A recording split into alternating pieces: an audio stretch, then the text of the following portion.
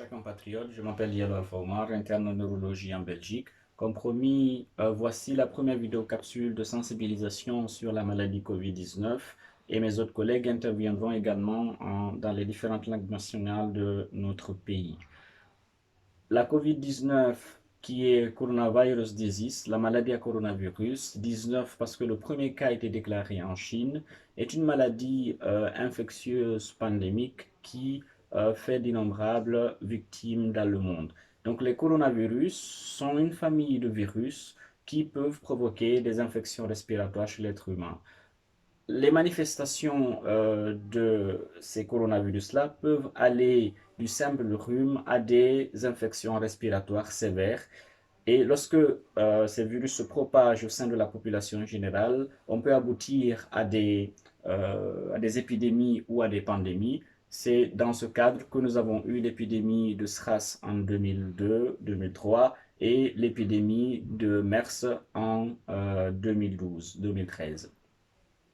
Alors, cette pandémie touche toutes les régions du monde et toutes les catégories de personnes, que ce soit dans les zones humides ou dans les zones chaudes.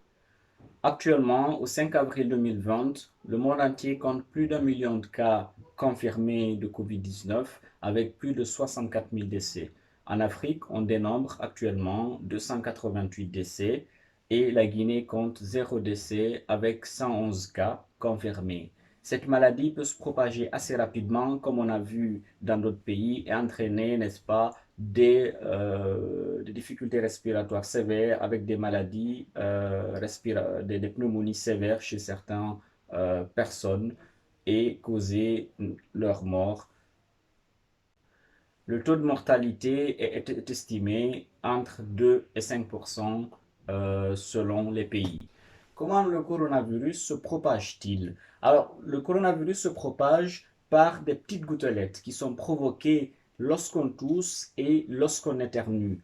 Ces gouttelettes-là, ces micro-gouttelettes, peuvent rester dans l'air ou bien peuvent rester sur des objets et sur des surfaces.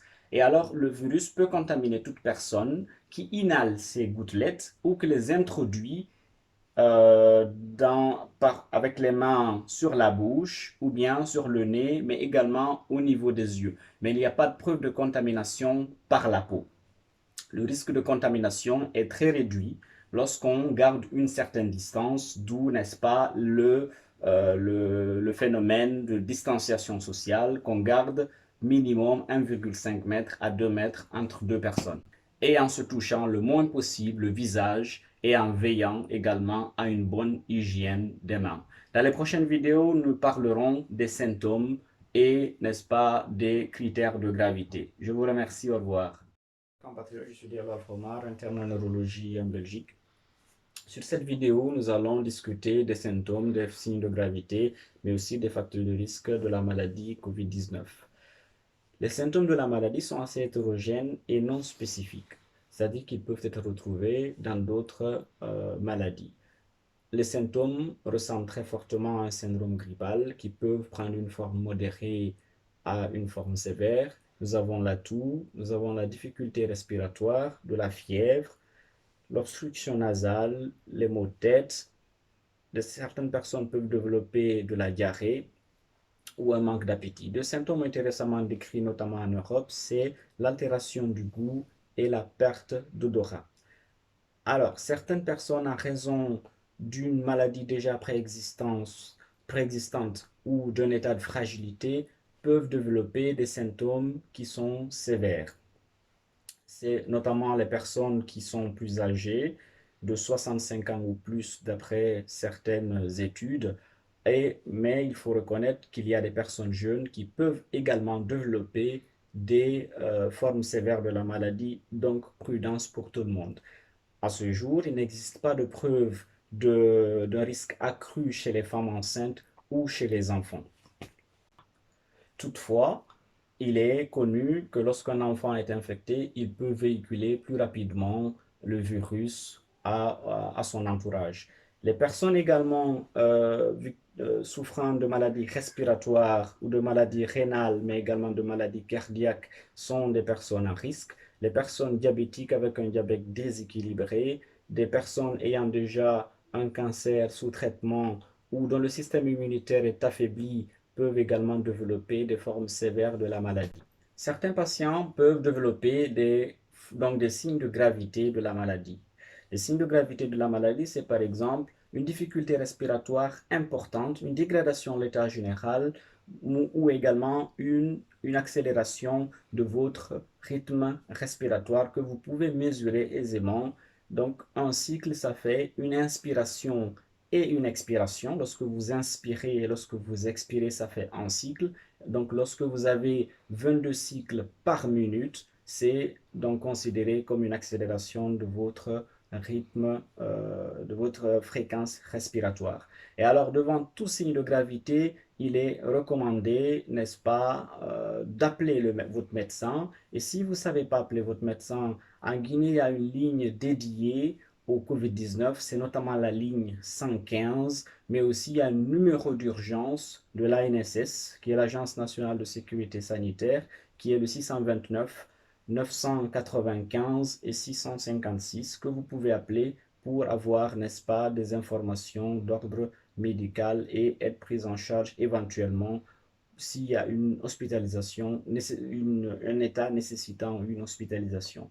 On va s'arrêter là. Dans les prochaines vidéos, nous parlerons, n'est-ce pas, des mesures d'hygiène à adopter dans le cadre de la maladie COVID-19. Nous vous encourageons à partager au maximum cette vidéo afin que nos compatriotes soient informés.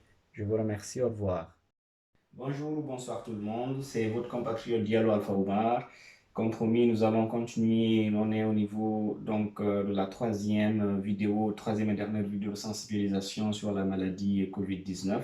Et sur cette vidéo-là, nous allons donc discuter des mesures préventives et des consignes qui sont données pour éviter la contamination et la propagation de la maladie COVID-19 au sein de notre population.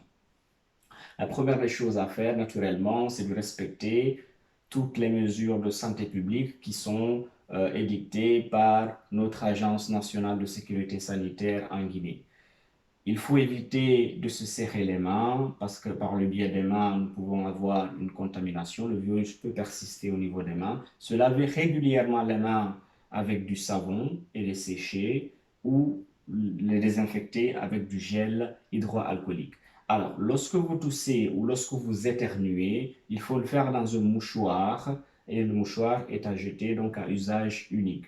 Mais lorsque vous n'avez pas de mouchoir ou lorsque la situation ne le permet pas, alors éternuez ou toussez dans le pli du coude, ceci pour éviter la propagation et la contamination de votre entourage. Et également, gardez une distance d'au moins 1,5 cm entre vous, n'est-ce pas, et vos interlocuteurs, ceci pour éviter aussi la propagation du virus.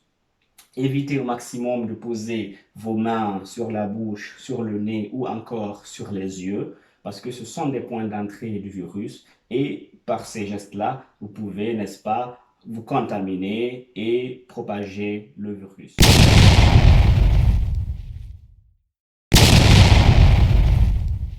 Évitez les rassemblements, tout ce qui est baptême, mariage ou rassemblement pour faire du thé entre des amis ou des réunions, des spectacles qui ne sont pas nécessaires, il faut les éviter. Parce qu'avec ces rassemblements-là, une personne infectée peut disséminer le virus et infecter, n'est-ce pas, tous qui sont participants à ces rassemblements-là. Donc, gardez bien la distance, vos distances de 1,50 m entre les individus.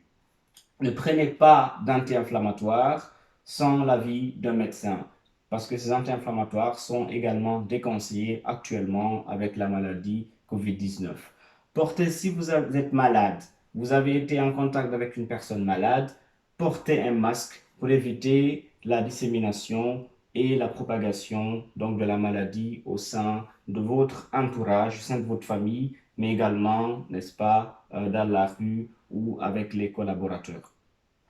Ceci, c'était une petite vidéo donc, pour parler des mesures préventives et nous vous remercions et nous vous encourageons au maximum de partager cette vidéo à travers les différents canaux, à travers les différents réseaux sociaux pour que notre population soit au même niveau d'information et qu'ensemble nous puissions lutter contre cette maladie Ensemble, nous vaincrons.